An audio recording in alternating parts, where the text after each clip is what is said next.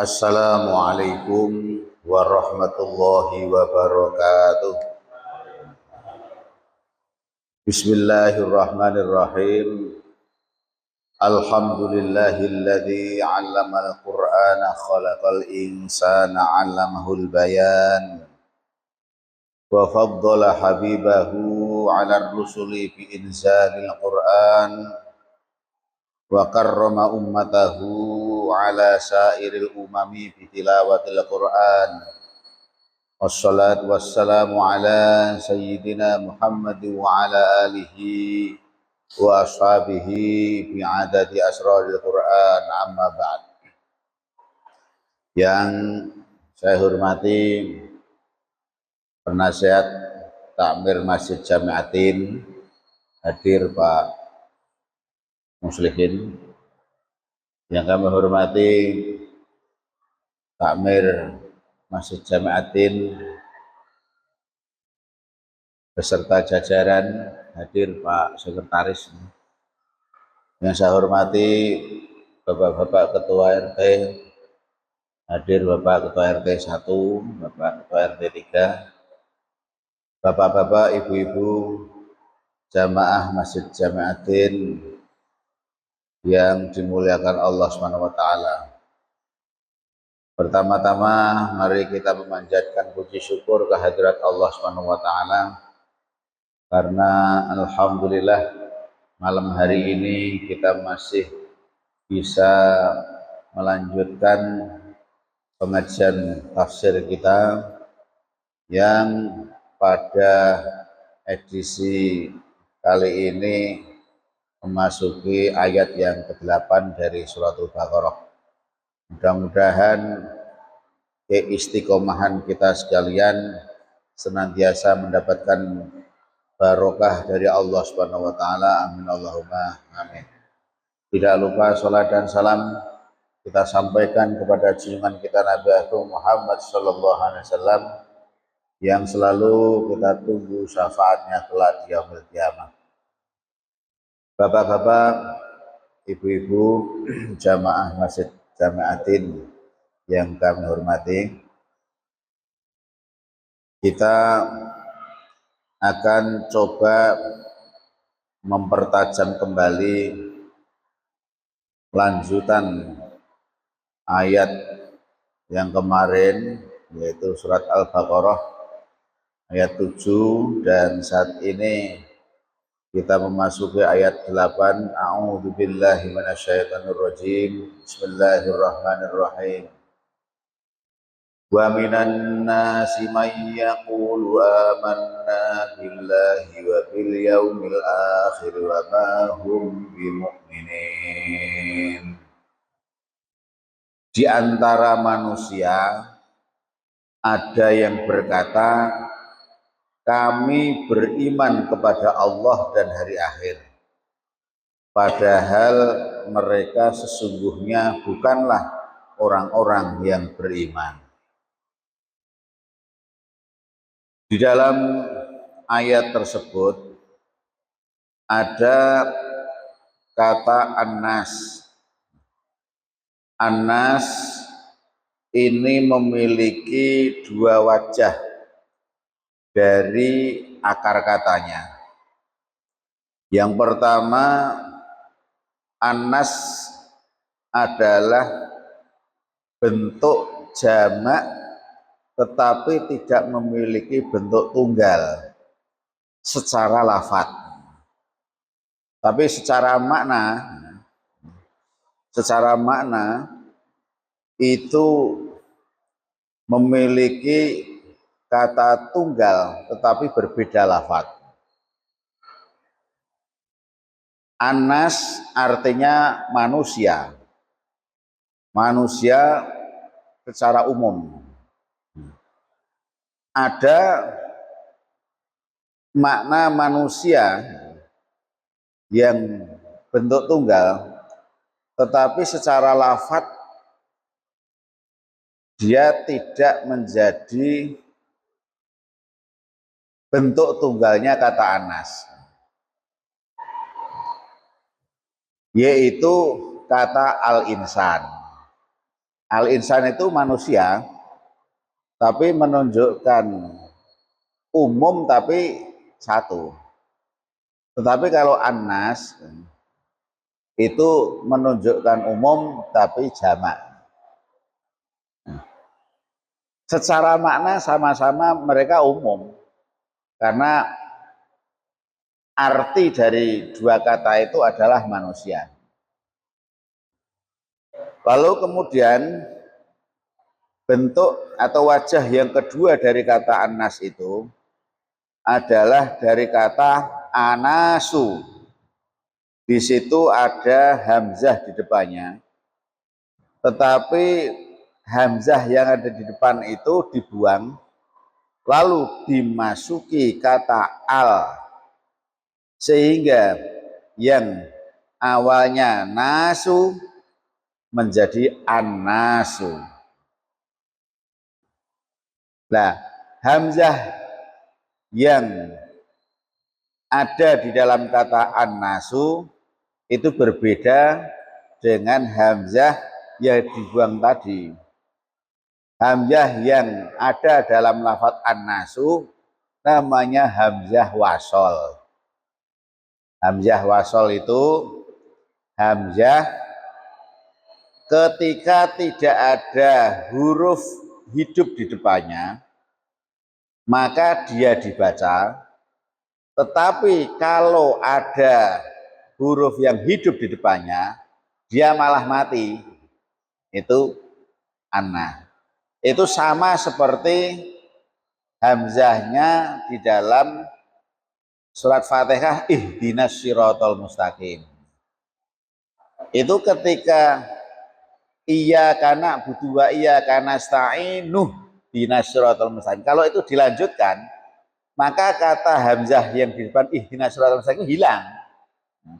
Tetapi kalau iya kana budu wa iya kana sta'in berhenti, maka hamzahnya hidup, ihdinas siratal mustaqim. Sama seperti ini, namanya hamzah wasol. Kalau hamzah yang ada dari kata anasu itu memang bangunan dari kata atau lafadz yang memiliki makna manusia juga. Itu wajah dari kata anas yang ada di dalam ayat ke-8, wa minan nasi may yaqulu amanna billahi wa bil yaumil akhir wa ma hum bimumin. Di dalam tafsir dikutip pendapat Imam Ar-Raghib Al-Asfahani, yaitu beliau seorang ulama tafsir yang hidup pada abad pertengahan, sekitar abad 500 Hijriahnya. Di dalam kitabnya Al-Mufradat fi Ghoribil Quran, beliau menyatakan kata an-nasu di dalam ayat wa minan nasi may yaqulu amanna itu menunjukkan hakikat manusia sebagai makhluk sosial tanpa melihat keyakinan dari orang itu atau keyakinan dari manusia itu. Jadi manusia bila menggunakan kata anas itu lebih memiliki dimensi manusia sebagai makhluk sosial. Kemudian di samping juga memiliki dimensi makhluk sosial, kata an-nasu itu juga memberikan petunjuk tentang sifat labilnya manusia.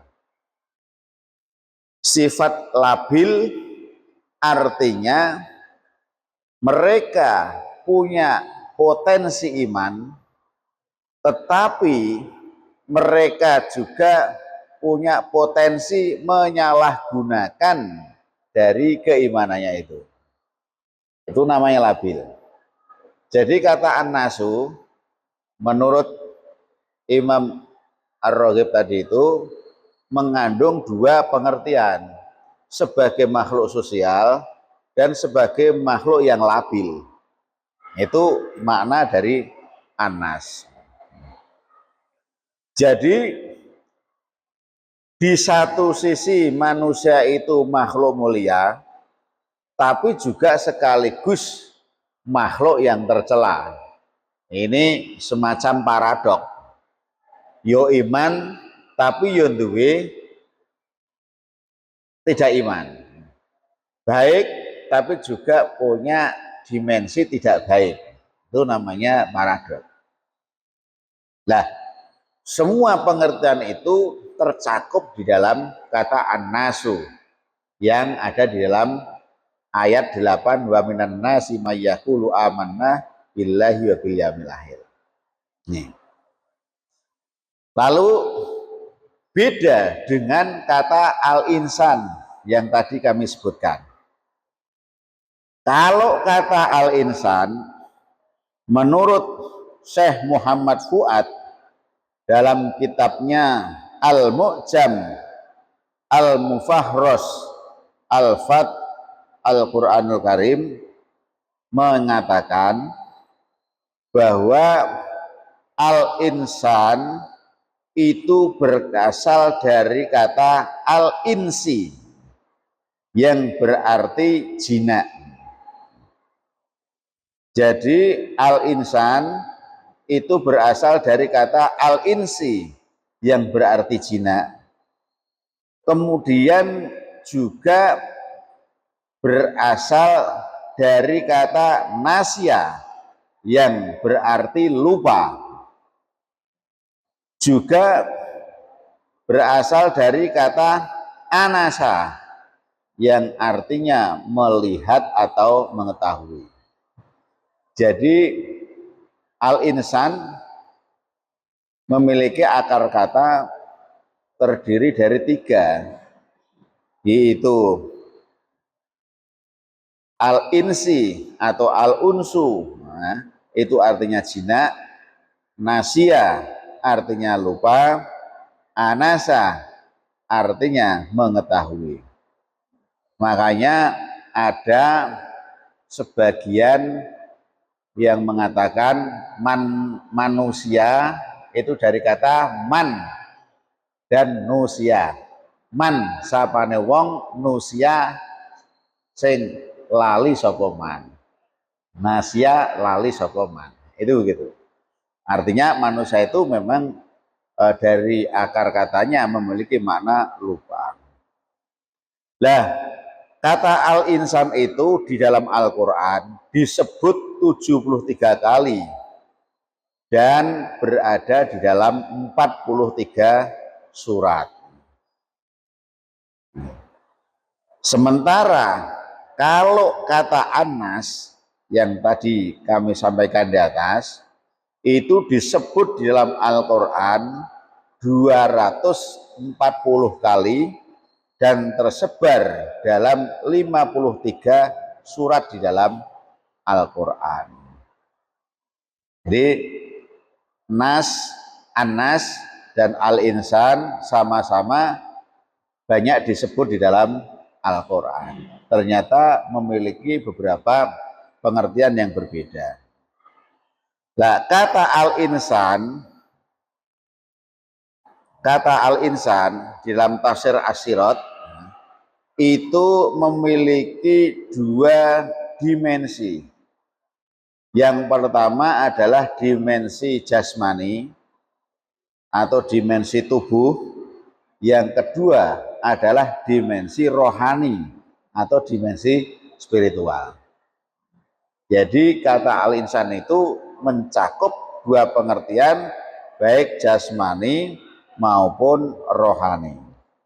Jasmani artinya bahwa kata al-insan itu menunjuk pada fisik termasuk organ-organ tubuh manusia, panca indera manusia, dan semua yang bersifat fisik tubuh manusia.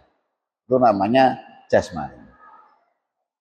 Sedangkan al-insan dalam pengertian rohani atau spiritual itu yang berkaitan dengan jiwa, berkaitan dengan akal, berkaitan dengan hati, dan semua potensi-potensi non fisik seperti insting atau naluri. Itu dimensi spiritual atau dimensi rohani dari kata al-insan.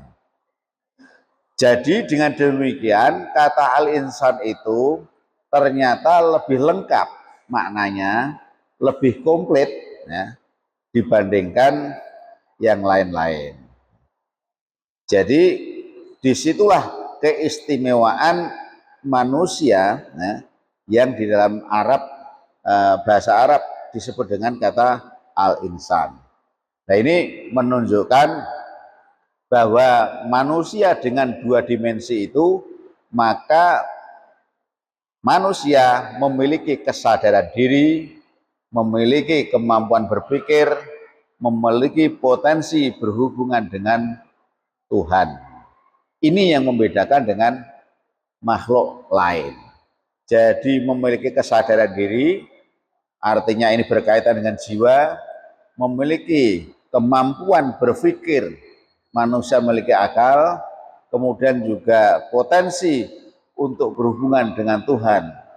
Manusia punya spiritualitas.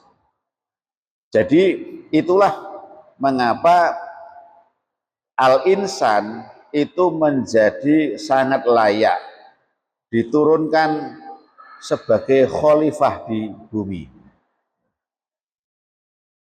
Nah, meski demikian, manusia dengan segala keistimewaan dan kelengkapannya itu tetap memiliki kelemahan-kelemahan. Di dalam Al-Quran itu disebutkan ada beberapa kelemahan manusia. Yang pertama, manusia itu memiliki sifat tergesa-gesa, gampang kesusu, gampang agi-agi, rodok semrawut kadang-kadang. Itu disebutkan di dalam surat Al-Isra ayat 11. Wa kanal insanu ajula. Jadi sesungguhnya manusia itu punya keadaan yang tergesa-gesa. Itu manusia. Kemudian juga kelemahan manusia yang lain adalah manusia memiliki atau diciptakan dalam keadaan lemah secara fisik. Wa khuliqal insanu dha'ifa. Ini ada di dalam surat An-Nisa ayat 28. Dan manusia diciptakan dalam keadaan lemah. Kemudian juga manusia selalu dalam keadaan keluh kesah, gresulo, hawane mengeluh dan sebagainya. Ini sudah dinas dalam Al-Quran surat Al-Ma'arij ayat 19. Innal insana khuliqa halu'a. Sesungguhnya manusia itu diciptakan dalam keadaan mengeluh. Rodok ora patek sehat sithik ngeluh ya. Rodok anu sithik ya, mengeluh dan seterusnya. Ini memang nas di dalam Al-Qur'an salah satu kelemahan dari manusia. Juga memiliki sifat sedih ya. Makanya Al-Qur'an selalu mengingatkan wala tahzanu, janganlah gelisah, jangan sedih manusia. Jadi itu adalah beberapa kelemahan manusia. Kemudian pengertian manusia, nah, ini tadi uraian dari An-Nas tadi itu, An-Nas, tetapi ternyata ada beberapa perbedaan dan semuanya disebut di dalam Al-Quran. Ada An-Nas, ada Al-Insan. Lalu kemudian ada juga namanya Al-Bashar. Al-Bashar itu dari kata Basaroh. Dan ini juga disebut dalam Al-Quran sebanyak 36 kali, tersebar di 26 surat. Makna dari Al-Bashar adalah permukaan kulit, baik kulit kepala, wajah, ataupun tempat-tempat di tubuhnya rambut.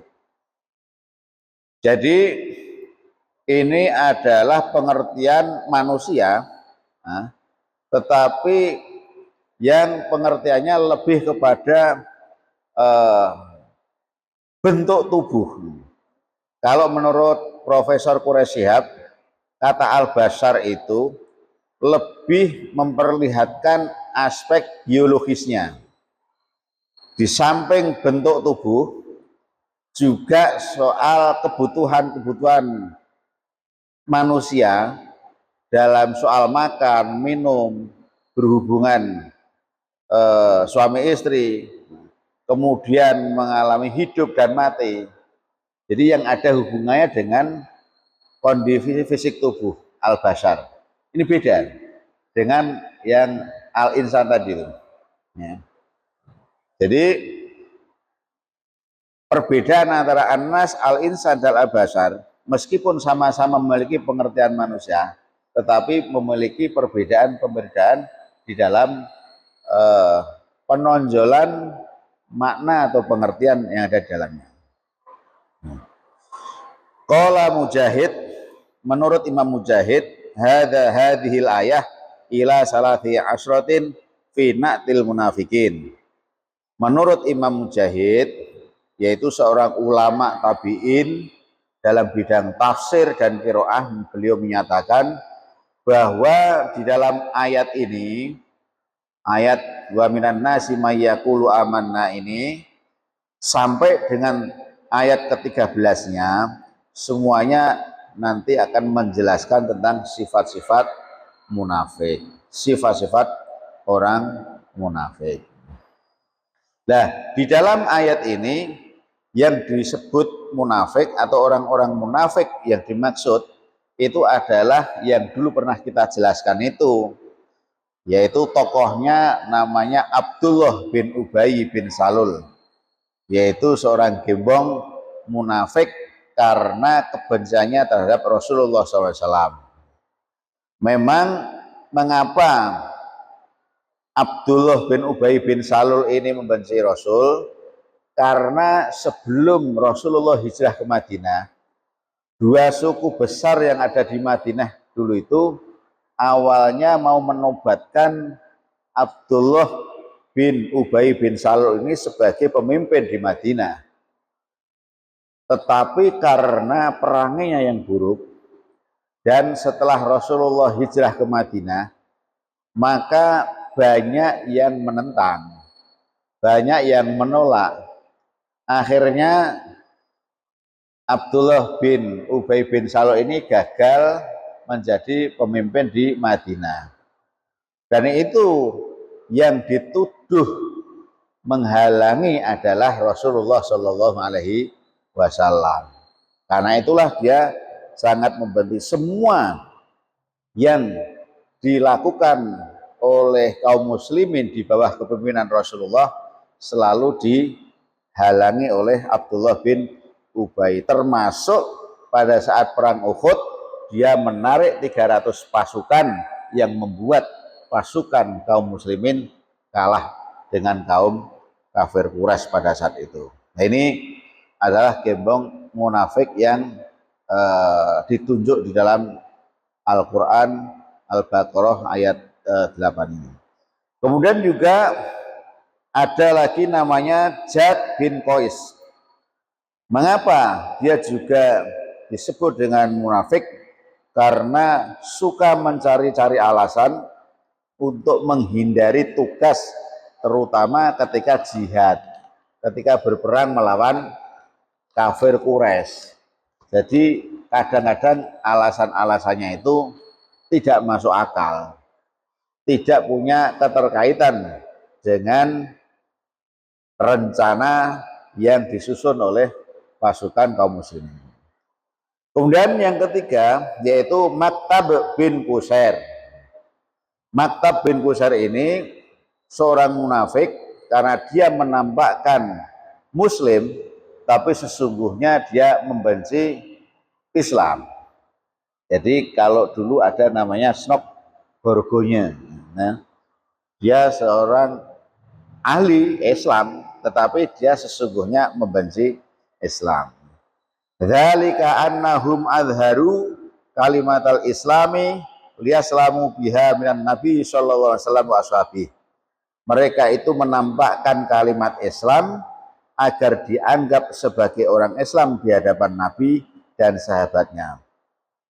Wa asarrul kufra wa taqadduhu. Mereka itu menyembunyikan kekafirannya dan mereka juga berkeyakinan kepada kekafiran. Wa aksaruhum minal yahudi, dan mereka itu kebanyakan adalah orang-orang Yahudi. Jadi itu yang ditunjuk di dalam ayat Al-Quran.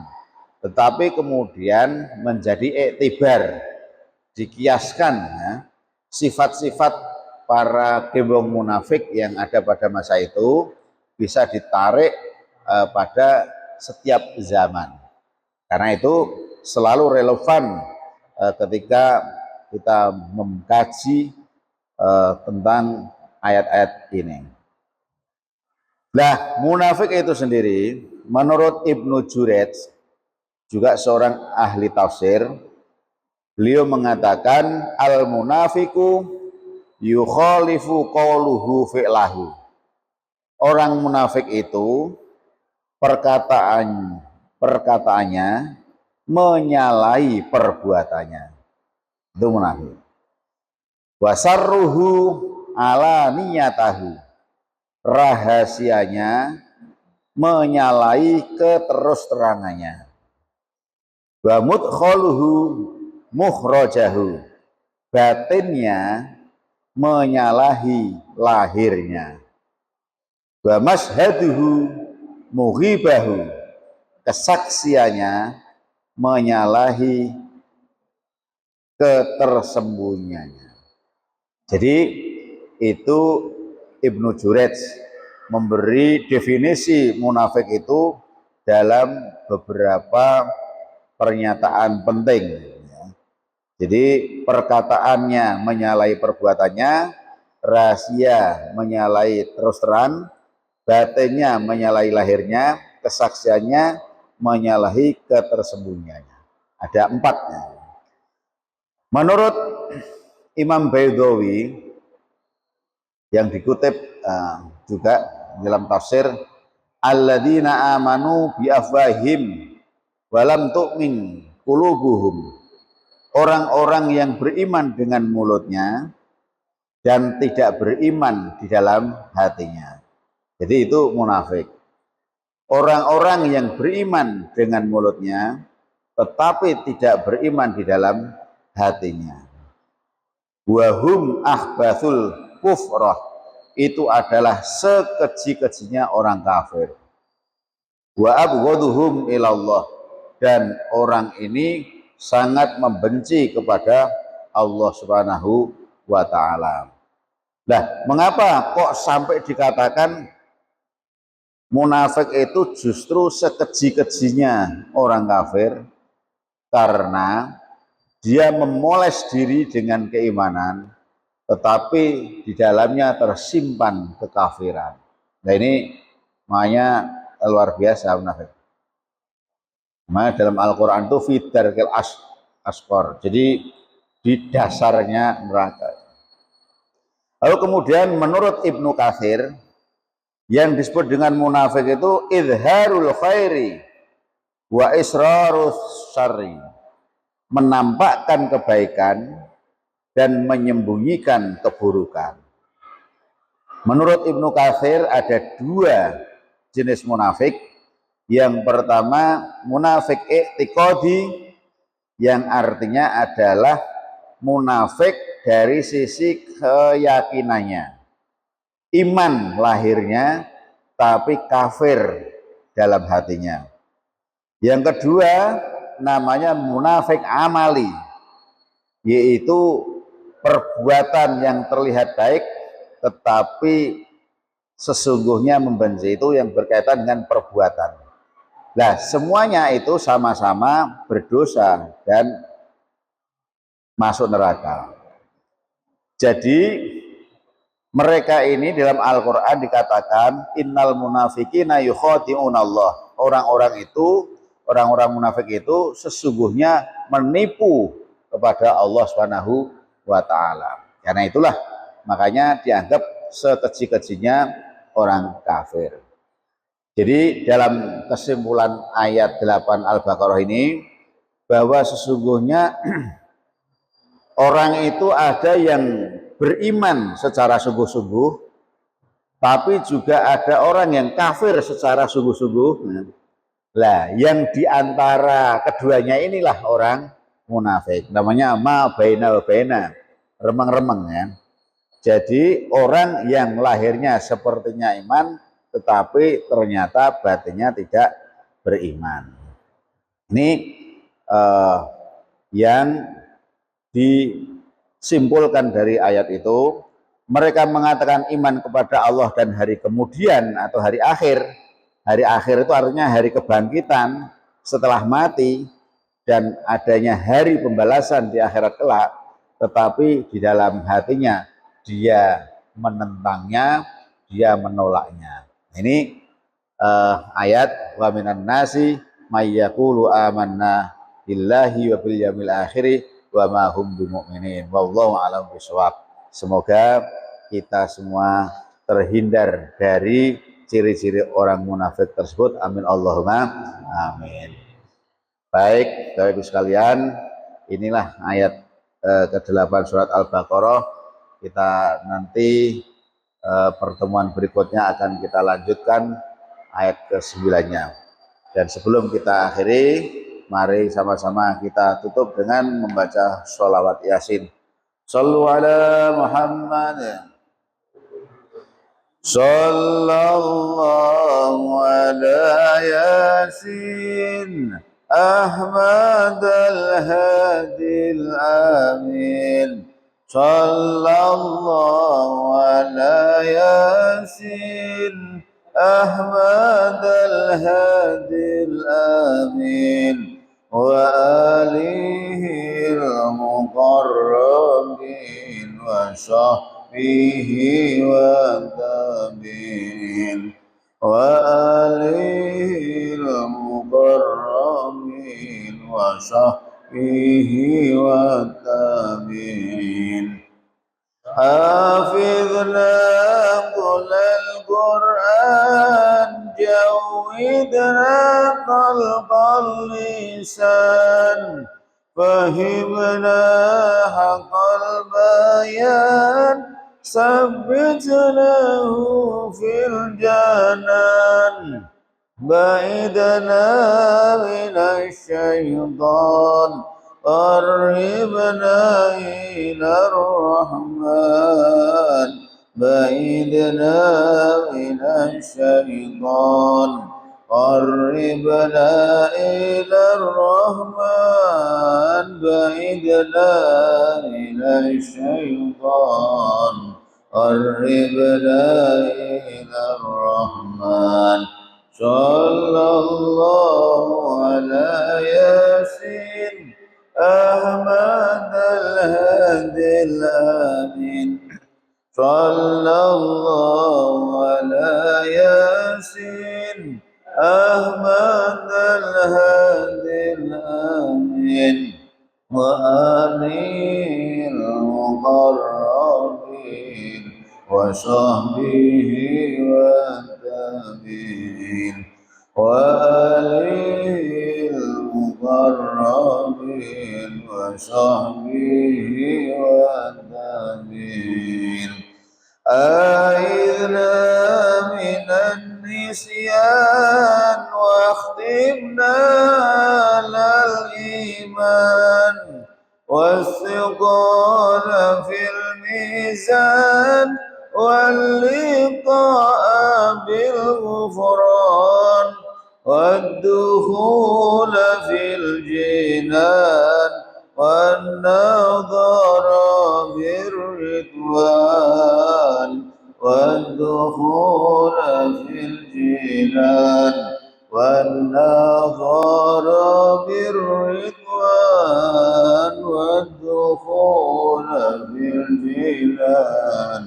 والنظر بالرضوان صلى الله على ياسين أحمد الهادي الآمين صلى الله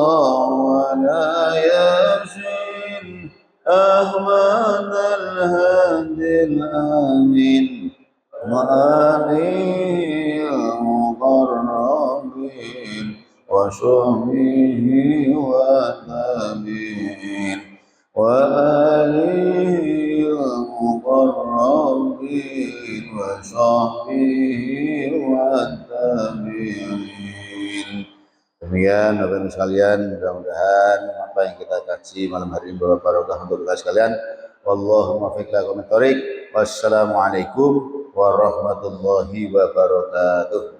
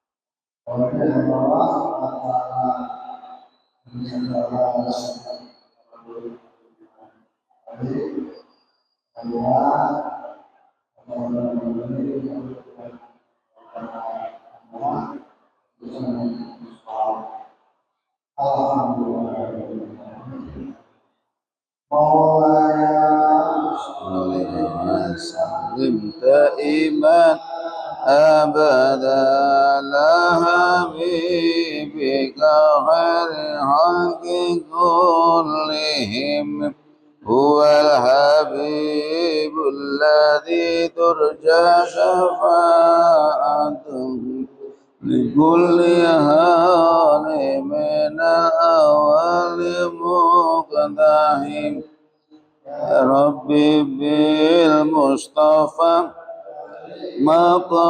مقاصدنا واغفر لنا ما مضى يا واسع الكرم يا أرحم الراحمين يا أرحم الراحمين يا أرحم الراحمين فرج على المسلمين.